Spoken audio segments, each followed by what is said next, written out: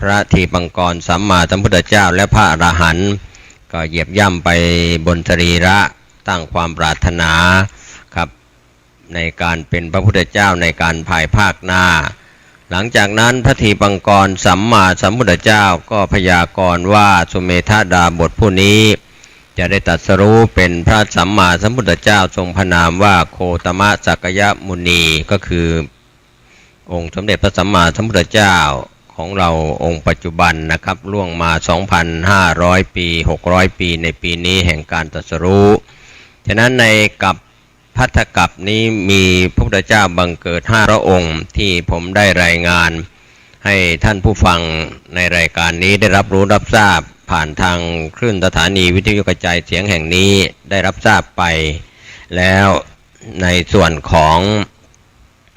การสร้างบารมีของพระพุทธเจ้าหลังจากได้รับพุทธพยากรณ์หลังจาก ได้รับพุทธพยากรณ์จากพระสัมมาสัมพุทธเจ้าในอดีตก็สร้างบารมีต่อมาอีก4 อสงไขยเศษแสนมหากัปครับก็ในข่าวครั้งที่ผ่านมาก็นำเสนอถึง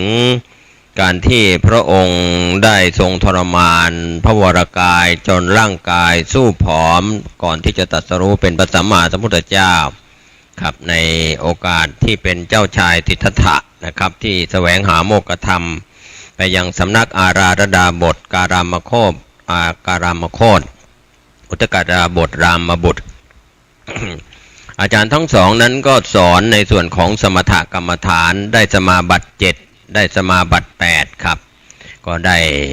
ฌานอภิญญาสมาบัตินะครับไม่สามารถจะเป็นวิโมกขธรรมที่จะเป็นธรรมแห่งการหลุดพ้นจากกองทุกข์ได้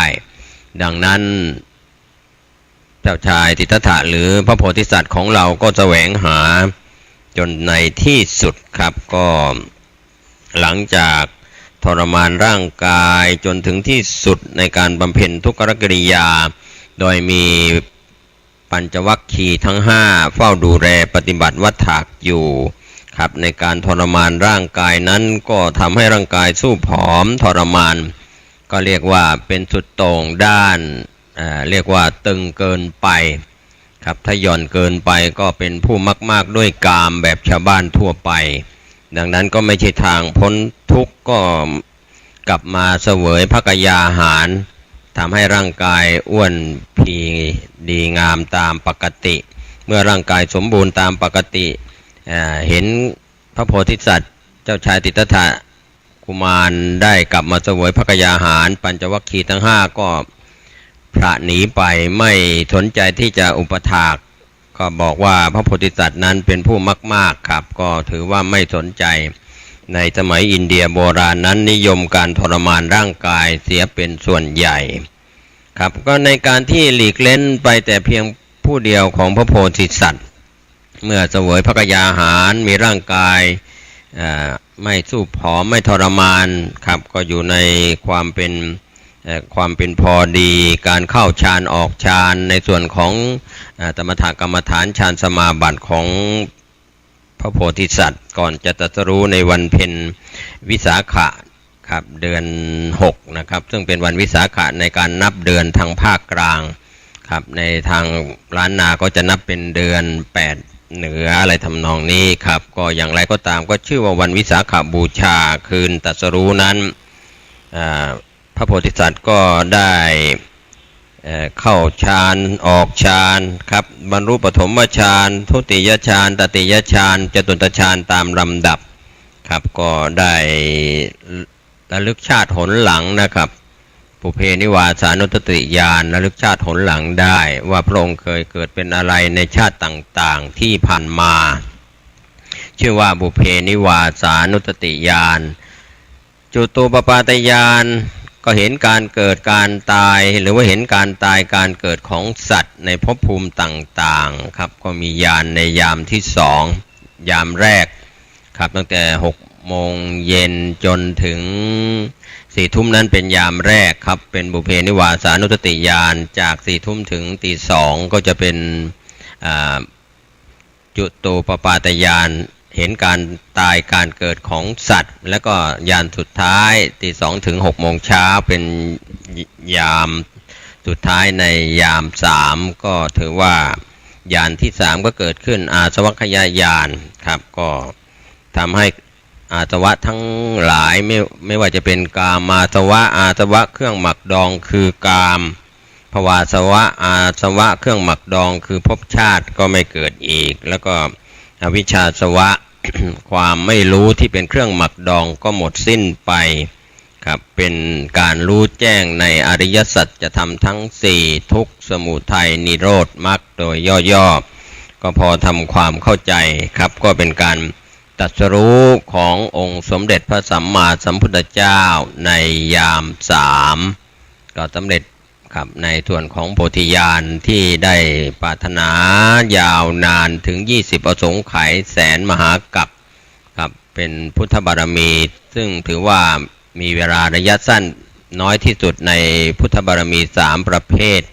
ครับประเภทปัญญาธิกะผู้ยิ่งด้วยปัญญานั้นใช้บารมีในการก่อสร้าง20อสงไขยเศษแสนมหากัปในการสร้างบารมี30ทัศมีทานบารมีทานอุปปารมีทาน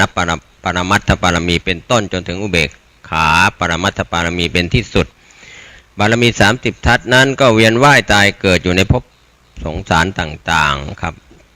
เวียนเกิดเวียนตายอยู่จนกว่าจะได้บรรลุวันที่สำเร็จในวันวิสาขบูชาเรียกว่าเป็นการฉลองพุทธชยันตีครั้งแรกแห่งการตรัสรู้ขององค์สมเด็จพระสัมมาสัมพุทธเจ้าดังนั้นพี่น้องชาวพุทธทั่วโลกในวันนี้ปีนี้ครับตั้งแต่หลังวิสาขบูชาครับวันที่4มิถุนายนที่ผ่านมาก็เป็นวันที่เราได้ฉลองพุทธชยันตี 2,600 ปีพร้อมกันกับพี่น้องชาวพุทธทั่วโลกในการตรัสรู้ขององค์สมเด็จพระสัมมาสัมพุทธเจ้าเป็นความยินดีปรีดาครับทั้งมนุษย์เทวดาพรหมอินทร์พรหมทั้งหลายก็อนุโมทนาสาธุครับที่พระพุทธศาสนาจะยั่งยืนต่อไปหลังจากการตรัสรู้ในคืนวันเพ็ญวิสาขะแล้วองค์สมเด็จพระสัมมาสัมพุทธเจ้าก็ทรงมีการขวนขวายน้อยคือเห็นว่าการได้บรรลุพระโพธิญาณเป็นพระสัมมาสัมพุทธเจ้านั้นได้มาด้วยความยากความลำบากก็ขวนขวายน้อยก็ไม่ต้องการจะแสดงธรรมโปรดสัตว์นะครับท่านผู้ฟังก็เป็นการท้อพระทัยในภายในส่วนพระองค์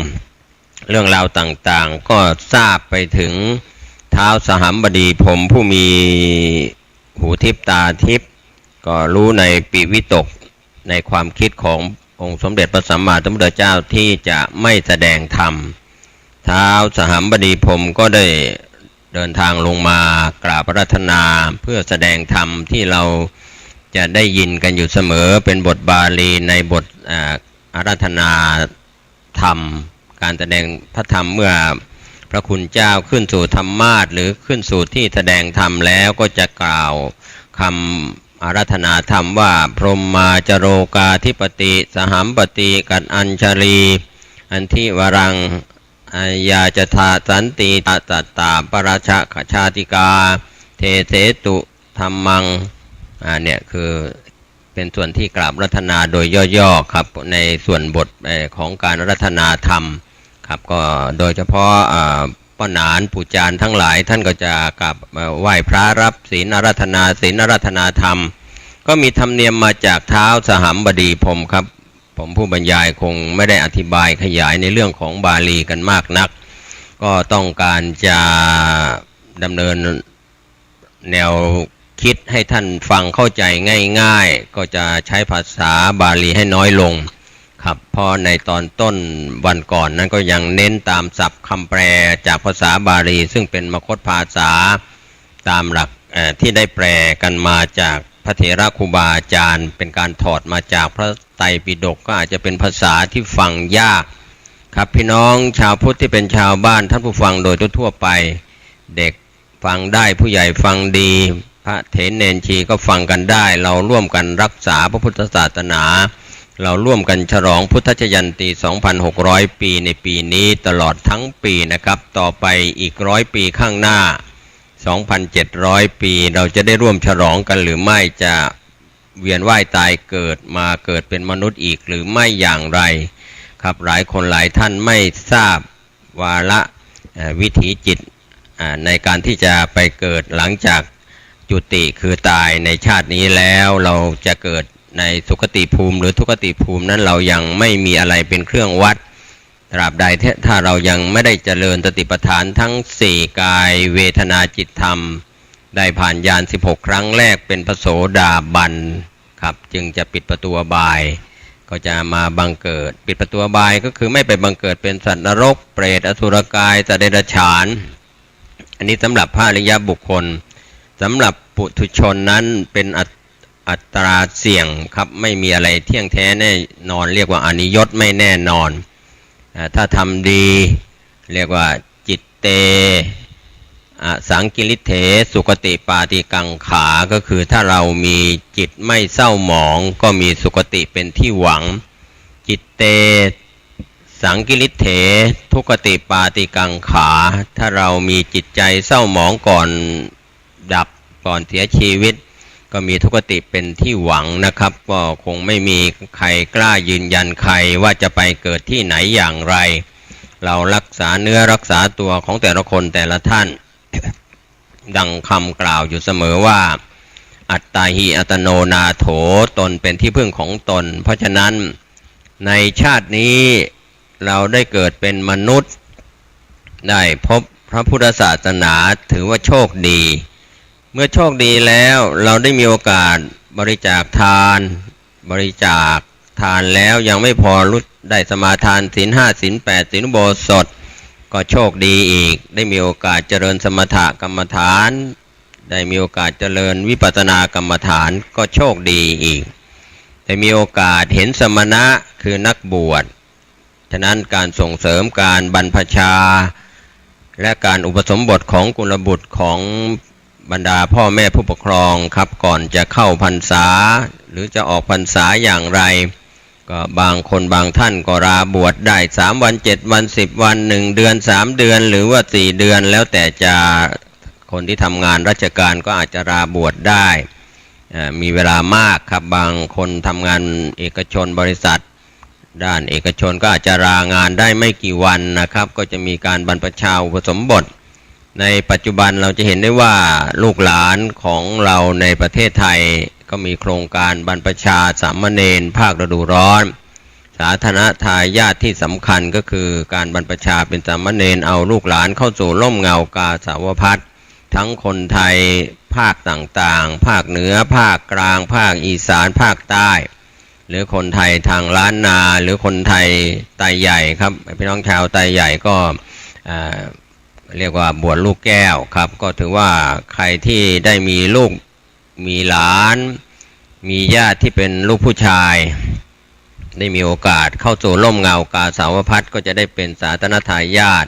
ผู้สนับสนุนผู้เป็นเจ้าภาพหลายคนหลายท่านครับในการสร้างเนกขัมมะบารมีครับท่านผู้ฟังครับไม่สามารถจะสร้างเนกขัมมะบารมีได้ในการเป็นเพศคฤหัสถ์ในส่วนของที่ไม่ใช่นักบวชนะครับฤาษีก็เป็นเนกขัมมะบารมีได้สำหรับผู้ที่ถือศีล8เป็นนิจก็ถือว่าไม่ได้เกี่ยวข้องกับเรื่องกามอย่างเช่นตาเถรยายชีที่ถือศีล8เป็นนุ่งขาวห่มขาวนะครับที่ไม่ได้เกี่ยวข้องกับเรื่องกามในการอยู่ครองเรือนสำหรับผู้ที่ถือศีล5นั้นยุ่งเกี่ยวกับกามได้แต่ไม่ให้ผิดในคู่ครองที่เสพกามดังนั้นการที่จะรอดปลอดภัยอยู่ในร่มเงากาสาวพัสดีที่สุดสำหรับลูกผู้ชายที่บวชเป็นพระภิกษุสามเณรครับในการถือเนกขัมมะบารมีแล้วก็สำหรับผู้ที่ถือศีล8หรืออุโบสถศีลนั้นวันหนึ่งคืนหนึ่งก็ถือว่าเป็นเนกขัมมะบารมีได้เหมือนกันน้อยๆนะครับวันหนึ่งคืนหนึ่งแต่ถ้าเป็นนิจศีลอย่างแท้จริงไม่ว่าจะเป็นพระภิกษุเป็นสามเณรหรือเป็นแม่ชีที่นุ่งขาวห่มขาวตลอดชีวิตหรืออยู่ในระยะที่มีเพศดังนั้นการที่เราเข้าสู่ร่มเงากาสาวพัสอุปสมบทหมู่ก็ดีหรือบรรพชาหมู่ก็ดี ก็ในโครงการต่างๆครับที่เราได้ดำเนินการกันอยู่ในประเทศไทยไม่ว่าจะโครงการบรรพชาสามเณรภาคฤดูร้อนหรือตามปกติหรือว่าโครงการอุปสมบทหมู่ต่างๆก็ฝากกันไว้ว่าเป็นการสร้างเนกขัมมะบารมีเป็นการดำเนินตามรอยยุคลบาทขององค์สมเด็จพระสัมมาสัมพุทธเจ้าทุกๆพระองค์ที่ตรัสรู้มาแล้วในสมัยอดีตที่ผ่านมาพระพุทธเจ้าที่จะมาบังเกิดในอนาคตก็มีคำสอนเป็นโอวาท3ข้อเหมือนกันทุกๆพระองค์นะครับคือสัพพปาปัสสะอาการนังการไม่ทำความชั่วทั้งปวงก็คือคำสอนนี้เป็นคำสอนในพระพุทธศาสนาข้อแรกกุศลสูปสัมปทาการยังคุณงามความดีในบรรดาบารมี10ทัศหรือ30ทัศก็ตามเป็นกุศลสูปสัมปทายังกุศลคือคุณงามความดีทั้งหลายให้ถึงพร้อมสัจจิตะปริโยทปานังการจะทำจิตใจของเราให้สะอาดให้บริสุทธิ์เรื่องของสิ่งที่เป็นมลทินกิเลส1,500ตัณหา108ในเรื่องของความเป็นมลทินทั้งหลาย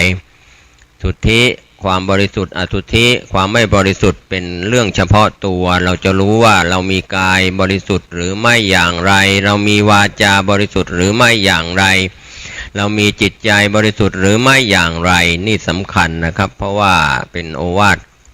จนถึงที่สุดจุดหมายปลายทางเป็นอเสขบุคคลหยุดการศึกษาเป็นพระอรหันต์ขีณาสพนั่นแหละคือที่สุดจุดหมายปลายทางของโอวาทข้อที่3สัจจิตะประโยทปนังการทำจิตใจให้สะอาดบริสุทธิ์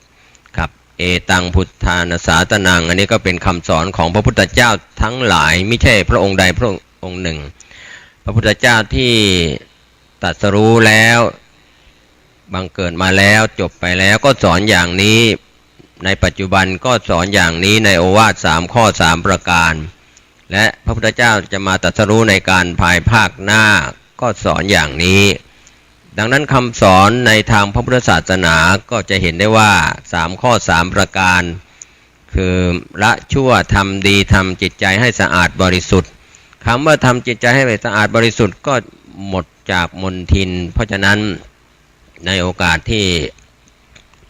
เราท่านผู้ฟังทั้งหลายจะเป็นบรรพชิตหรือคฤหัสถ์ก็ตามในปัจจุบันนะครับ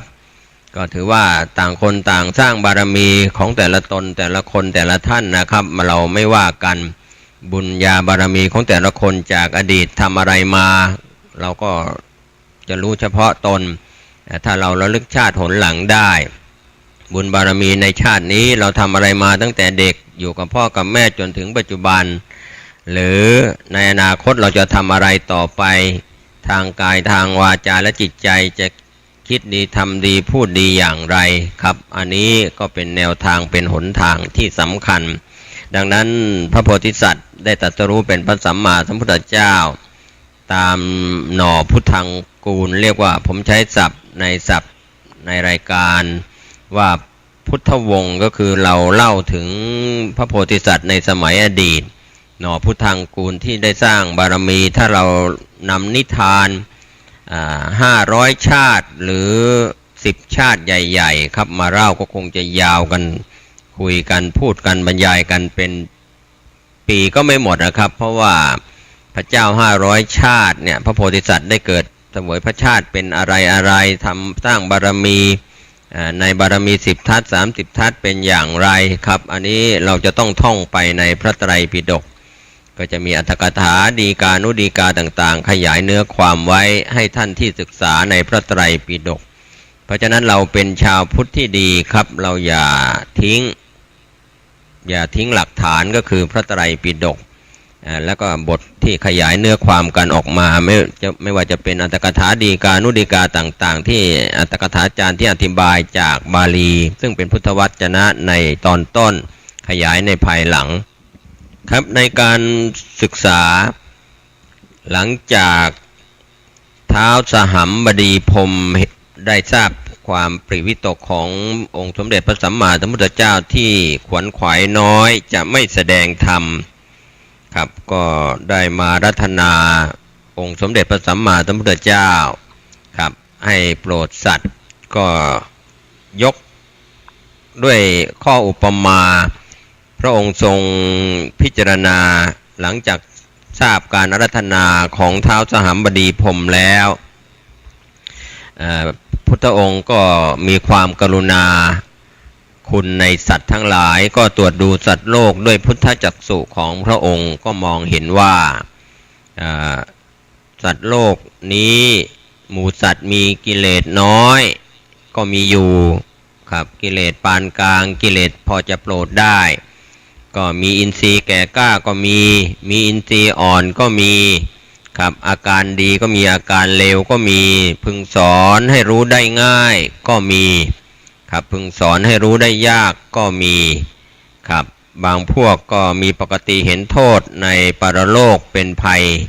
คือภพภูมิที่จะไปเกิดมีสัตว์นรกเปรตอสุรกายสัตว์เดรัจฉานเห็นโทษเห็นพิษเห็นภัยพึง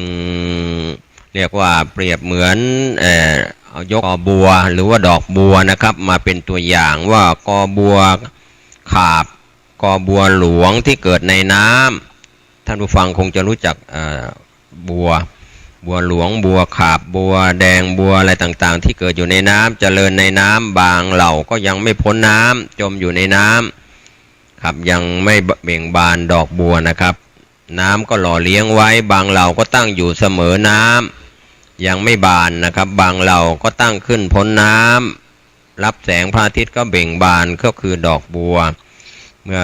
พ้นน้ำแล้วน้ำไม่ติดฉันใด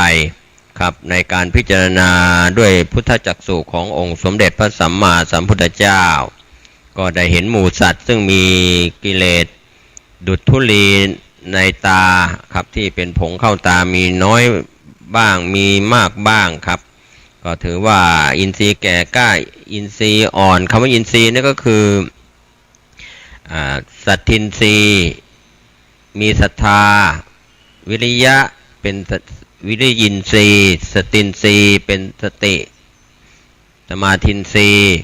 ครับเป็นสมาธิปัญญินทรีย์เป็นปัญญาศรัทธาวิริยะสติสมาธิปัญญานี่เป็นศัพท์ของอินทรีย์เพราะฉะนั้นถ้าอินทรีย์ทั้ง5ไม่สม่ำเสมอวิปัสสนาจารย์ที่สอบอารมณ์พโยคีผู้ปฏิบัติธรรมจะดูที่อินทรีย์บางคนบางท่านโยคีที่ปฏิบัติธรรมไม่ว่าจะเป็นโยคาวจรที่เป็นพระภิกษุก็ดีสามเณรก็ดีแม่ชีโยคีครับอุบาสกอุบาสิกาที่เข้าปฏิบัติกรรมฐานพระอาจารย์ที่สอนก็คือพระวิปัสสนาจารย์ก็จะดูอินทรีย์ของโยคี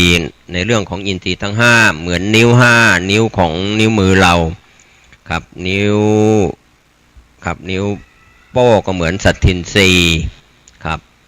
ศรัทธาถ้ามีมากไปก็แช่เชือนเหมือนกันครับถ้าขาดปัญญาควบคุมก็คือปัญญินทรีย์วิริยะความเพียรมากไปขยันเจริญกรรมฐานทั้งวันทั้งคืนไม่หลับไม่นอนก็เป็นปัญหาเหมือนกันพโยคาวจรวิริยะก็ต้องถูกควบคุมด้วยสมาธิไม่ให้เกิดความฟุ้งซ่านก็ต้องมีสมาธินทรีย์ควบคุมดังนั้นทุกสิ่งทุกอย่างในอินทรีย์ทั้ง5จะต้องมีสตินทรีย์เป็นผู้ควบคุมทั้งหมดดังนั้นสติปัฏฐาน4ผู้ที่ตั้งอยู่ในกายในเวทนาในจิตในธรรมจึงมีสติเป็นยอดธรรมควบคุมทั้งศรัทธาทั้งวิริยะทั้งสมาธิทั้งปัญญาครับเมื่ออินทรีย์อ่อนก็ควบคุมเจริญไปเป็นไปโดยสาตัจจกิริยาเป็นไปโดยติดต่อก็จะทำให้พโยคีหรือพโยคาวจรนั้นได้มีโอกาสเจริญตั้งแต่วิปัสสนาญาณ16นามรูปปริเฉทญาณรู้จักรูปรู้จักนามแยกรูปแยกนามก็เป็นไปตามลำดับชั้นของวิปัสสนาญาณครับอันนี้ก็เป็นส่วนเรื่องของอินทรีย์ขยายเนื้อความเพิ่มเติมเข้าไปให้ท่านผู้ฟังที่เคยผ่านการปฏิบัติวิปัสสนากรรมฐานกันมาแล้วจากครูบาอาจารย์ที่เป็นพระวิปัสสนาจารย์หลายคนหลายท่านก็เคยไหว้พระนั่งสมาธิ5นาที10นาทีครับในปัจจุบันนี้เรายังมีทั้งการศึกษาปริยัติธรรมนักธรรมบาลีอภิธรรมพระไตรปิฎกในการศึกษาในมหาวิทยาลัยสงฆ์ครับที่เรามีโอกาสแล้วก็ในการปฏิบัติสมถกรรมฐานวิปัสสนากรรมฐานกับพ ระเถระครูบาอาจารย์หรืออาจารย์ฝ่ายคฤหัสถ์ก็แล้วแต่นะครับที่ได้สอนกรรมฐานกันครับก็จะมีผลที่ปรากฏสิ่งหนึ่งนะครับในวิปัสสนาญาณ16ที่พระวิปัสสนาจารย์จะตรวจสอบทั้งขั้นตอนการสอบอารมณ์ว่าเป็นมัคคะเป็นไปถูกทางอมัคคะไม่ถูกทางอย่างไรก็อยู่ที่พระวิปัสสนาจารย์ดังนั้นศิษย์ต้องมีครูครับก็ถือว่าในวิชาการทางโลกทางธรรมก็ตามจะต้องมีครูอย่างเราจะศึกษาบาลีก็ต้องมีพระมหาปรริญญาที่เคยศึกษาบาลีในปัจจุบันก็เป็นปรริญญาธรรมหรือศึกษามูลกระจายศึกษาแตกฉานในมูลกระจายแล้วก็ขยายเนื้อความในเรื่องของบาลีมคธภาษาครับในส่วนของก็ต้องมีครูที่แตกฉานเป็นผู้สั่งสอนบาลีหรือในส่วนของครูที่สอนนักธรรมตรีนักธรรมโทนักธรรมเอกก็ต้องจบนักธรรมตรีนักธรรมโทนักธรรมเอกหรือผ่านการสอบกระบวนการตรวจสอบมาหรือธรรมศึกษาตรีโทเอกก็เช่นเดียวกันหรือพระอภิธรรมซึ่งการเรียนอภิธรรมในประเทศไทยก็ได้ขยายมาจากพม่าครับมาตั้งที่วัดระฆังโคติตารามมาตั้ง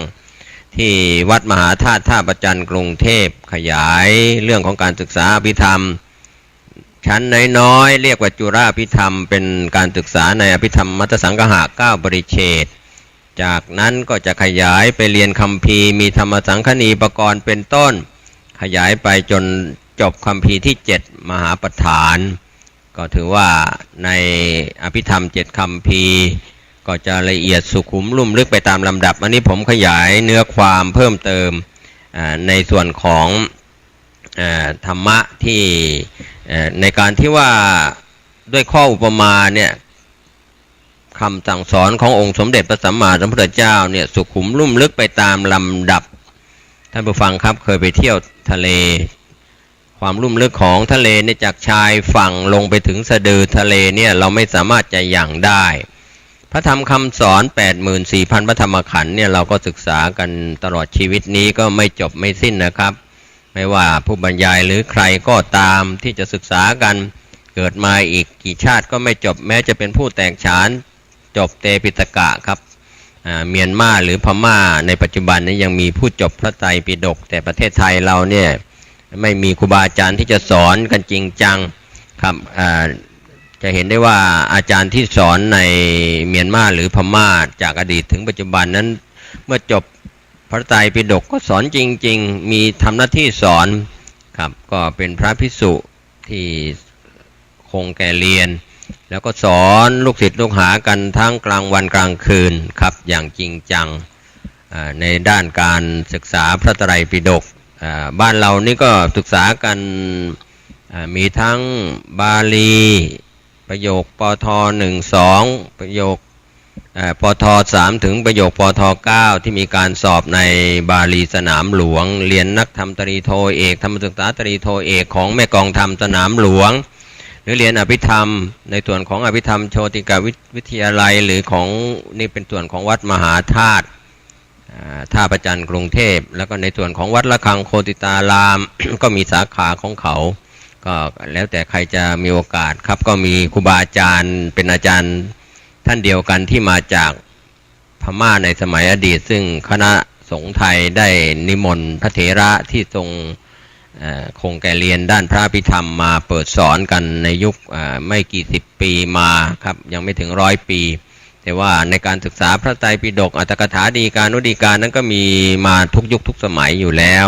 แต่ครูบาอาจารย์ที่จะคงแก่เรียนที่เรียนกันอย่างจริงจังนั้นก็ในขณะนี้ก็ลดน้อยไปแล้วก็มีการแตกแยกสาขาในการศึกษามีทั้งสายสามัญผสมทางโลกเวลาก็ห่างออกไปนะครับการศึกษาเมื่อใช้เวลาทุ่มเทไปทางสายสามัญก็จะทำให้การศึกษาฝ่ายปริยัติธรรมนั้นก็อาจจะลดน้อยและเบาบางไปแล้วก็อาจจะเสื่อมสูญไปในที่สุด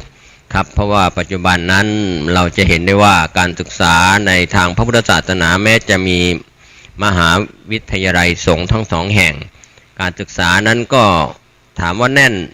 เรียนโดยตรงศึกษาพระไตรปิฎกโดยตรงก็อาจจะไม่ใช่เช่นนั้นผสมผสานกันไปครับจะเป็นยุคที่ ก็ไม่เสื่อมไปทั้งหมดนะครับผสมผสานกันไปอยู่ในเพศสมณะก็สามารถบำเพ็ญสมณธรรมตลอดชีวิตในการครองผ้ากาสาวพัสของพระภิกษุสามเณรในปัจจุบันลาสิกขาออกไปก็สามารถใช้วิชาการที่เรียนผสมผสานไปใช้วุฒิการศึกษาไปสมัครหางานทำกันได้เพราะฉะนั้นจะใช้ชีวิตแบบไหนอย่างไรก็ผู้มองเห็นการไกลของมหาวิทยาลัยสงฆ์ทั้งสองแห่งก็ยังสนับสนุนเรียนควบคู่กันไปเปิดโอกาสนะครับมหาวิทยาลัยสงฆ์ไม่ใช่เฉพาะพระภิกษุสามเณรเรียนโดยตรงก็เปิดโอกาสให้ฆราวาสอุบาสกอุบาสิกาเข้ามาศึกษากันมีวุฒิการศึกษาปริญญาตรีปริญญาโทปริญญาเอกเช่นเดียวกันเพราะฉะนั้นแม่กองบาลีสนามหลวงแม่กองธรรมสนามหลวงของคณะสงฆ์ไทยก็ส่งเสริมการบาลี